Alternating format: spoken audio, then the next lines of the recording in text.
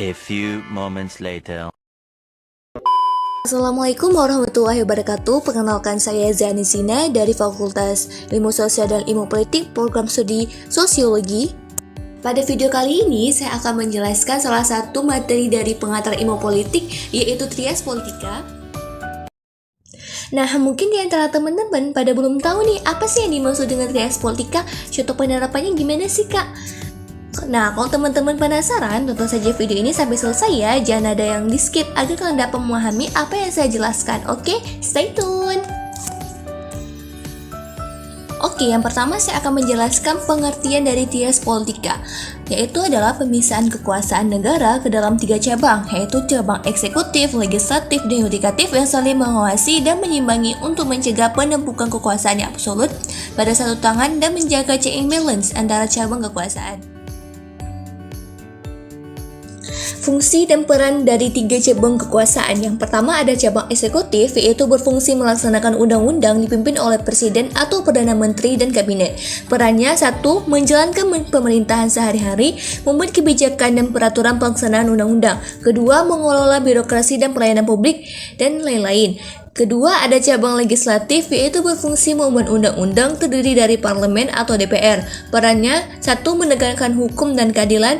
2. Menyelesaikan sengketa hukum. Ketiga, melakukan pengawasan terhadap penerapan peraturan perundang-undangan, dan lain-lain sebagainya. Yang ketiga, ada cabang yudikatif, yaitu berfungsi menegakkan hukum dan keadilan, terdiri dari MA dan badan peradilan lainnya. Perannya 1.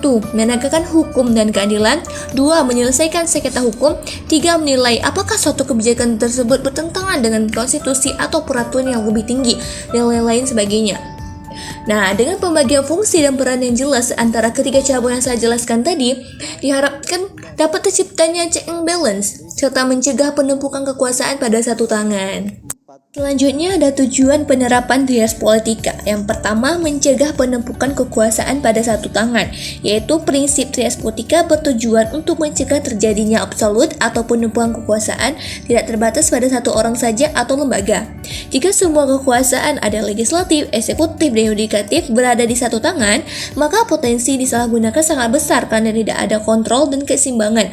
Oleh karena itu, kekuasaan dibagi habis ke dalam cabang-cabang yang saling mengawasi. 2. Mewujudkan check and balance antara lembaga negara. Yang dimaksudnya yaitu pembagian kekuasaan dilengkapi dengan prinsip saling mengawasi dan menyimbangi guna menghindari kesewenang-wenangan dari masing-masing cabang kekuasaan yang terpusat. Dan yang terakhir yaitu mendorong proses demokrasi dengan adanya transparansi akuntabilitas dari kontrol menyeluruh antara lembaga negara. Proses demokrasi menjadi lebih terjamin.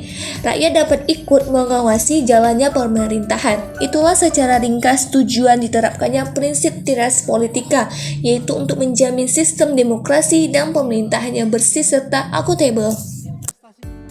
Contoh penerapan di Indonesia. Pertama ada presiden dan kabinet, kedua DPR dan MPR, dan yang terakhir ada MA dan badan peradilan lainnya. Contoh kasusnya dapat kita lihat seperti DPR melakukan penyelidikan terhadap dugaan penyimpangan presiden atau Mahkamah Konstitusi yang membatalkan undang-undang yang proses pembuatannya tidak sesuai dengan undang-undang. Jadi bisa kita tarik kesimpulan bahwa Trias Politika adalah pembagian kekuasaan negara ke dalam 3 cabang yang saling menguasai dan menyimbangi. Dengan demikian, Trias Politika penting untuk mewujudkan pemerintahan yang bersih, efektif, demokratis, dan terhindar dari absolutisme kekuasaan oleh satu pihak.